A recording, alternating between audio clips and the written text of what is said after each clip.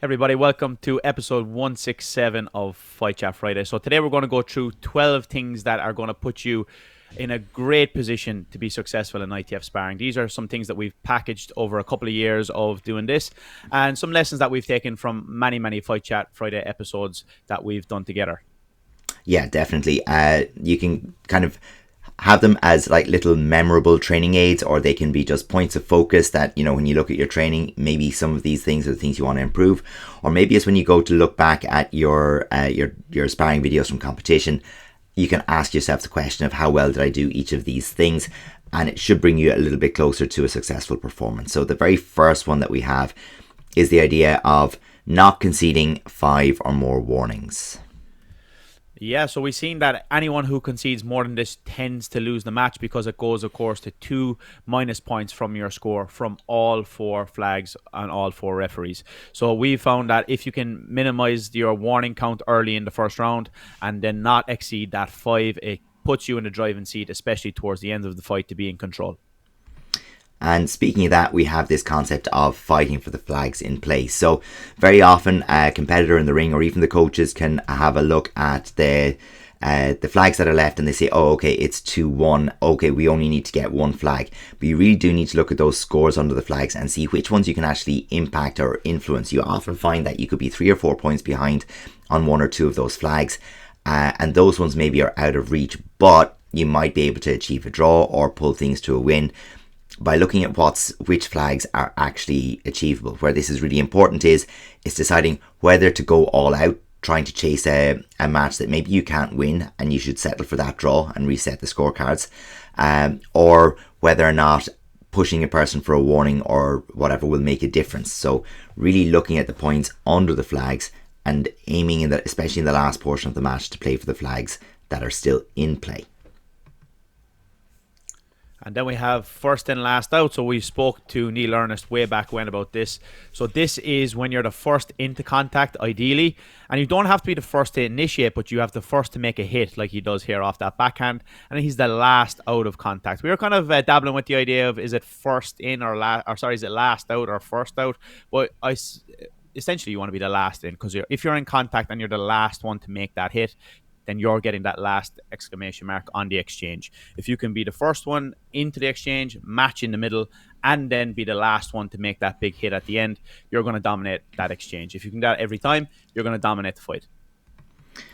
Our next point is about high value scores, and you should be seeking to get high value scores throughout the match. And there's a few different ways that we can look at that. One of those things is that we're looking at whether or not the referees can see it. So a single point score that 2 or 3 referees can see might be more valuable to you than a 2-point score going into a corner that's very hard for referees to see. The other thing is, of course, we have the points value of the score. So a head kick is always going to be 3 points. That's fantastic. But you're looking for that combination of visibility to the referee, so you're going to be rewarded on the scoreboard for the scores that you get, and the actual points value on the score itself.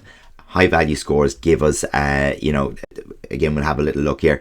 There's a lot of things we can do. We can have longer kicks, we can stay tall, but you can see in this example from both sides, connecting with that long kick and then immediately getting vertical. So we have a competitor from Romania getting tall and getting quite visual scores, very, very, very important.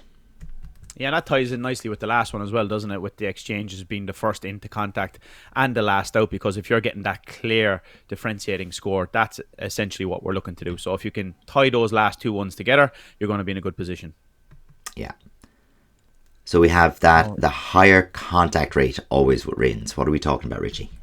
Yeah, so we were kind of dabbling with the idea of, is this like an output or general amount of shots thrown? But I think contact rate is what we've seen, what works. So not essentially just like getting points, because we can't tell all the time. But if you're the one who puts contact on the other person with the more shots and techniques, chances are you're going to win. So far we've studied so many fights from the World Championships, and every fighter who had the higher contact rate has won. So I think that gives a little bit of a clue as what you should be aiming to do in terms of your work rate and your output in the ring. Then we have the idea of have your leg on top. So we usually say be first or have your leg on top. And we mean when it comes into an exchange, if your leg isn't going to be on top, or if you're not the first one into contact with that exchange off the legs, you want to be out of there. You don't want to be in that contact zone, because if your opponent has the advantage of the leg over the top, it generally means that they can follow on better with the hands. Yeah, and this is very much the case for a front leg battle. So if you have somebody who's also a good front leg like yourself, or if you just want to nullify them, it's important to get your leg on top, and that's the key for this one. Yeah.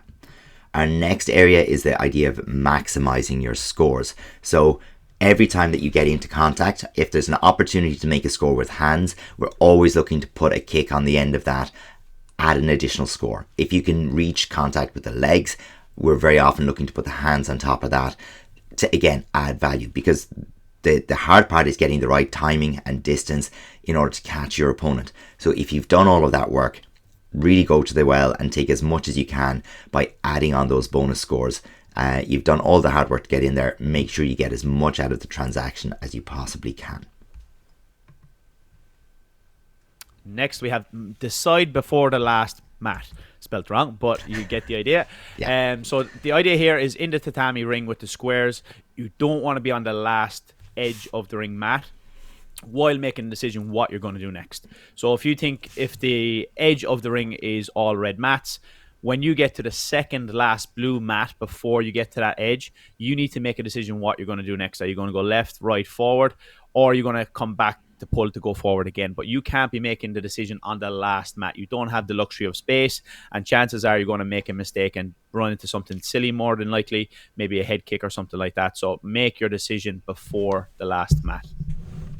We then have the idea that punchers can't afford to be outworked. Okay, so if you know that your key technique or your key process is that you're going to be using the hands to get into contact and build up your best scores, you can't afford to have your opponent match your work rate or outwork you if they prefer to be working with the legs.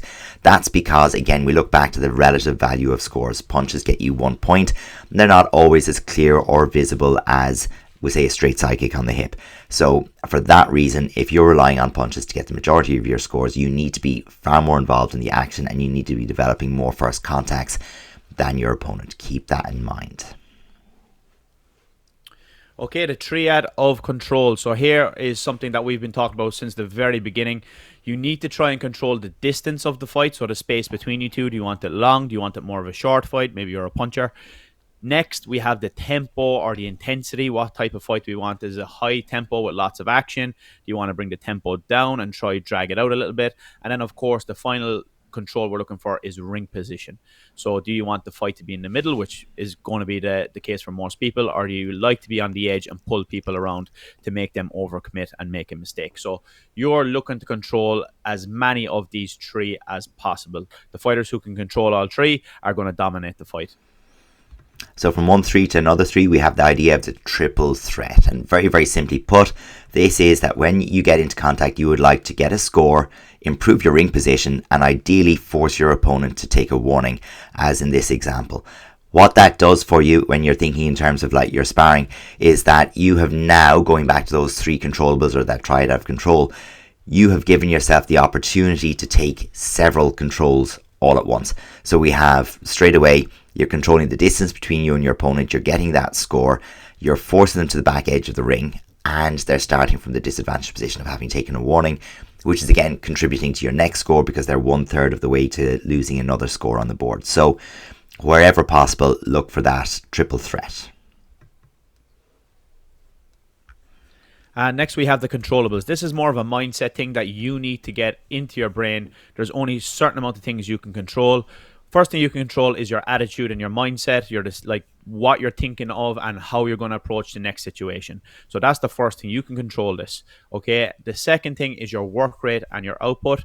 Besides that, there's not much else you can control while in the ring. You can't control the score. You can't control what the referees are given for. You can't control anything else that's completely out of your control. So focus on these two things, and that's going to set you on the right path. Besides that, the only other thing that you have control over is your preparation in the lead up to the competition or in the lead up to the championships. But in the ring, you can only control your work rate and your attitude. Yeah, absolutely. So folks, that, believe it or not, was 12 different things, lenses maybe you can look through, 12 different things you can work on or try to improve on to improve your sparring game. Have a think about those. Maybe one of those is relevant to you. Maybe one of them resonates or rings a bell. And be sure to let us know in the comments if any of those have any help to you. That is our episode for this week. I hope you enjoyed it. And next week we will be coming back looking at some more fights from the most recent World Championships as we start to get a little bit excited about the potential selections and the invitation being out for the European Championships in Poland. We're on that in-between bubble. So we'll keep looking back until we get to look forward. Okay, catch you in the next one. Bye now.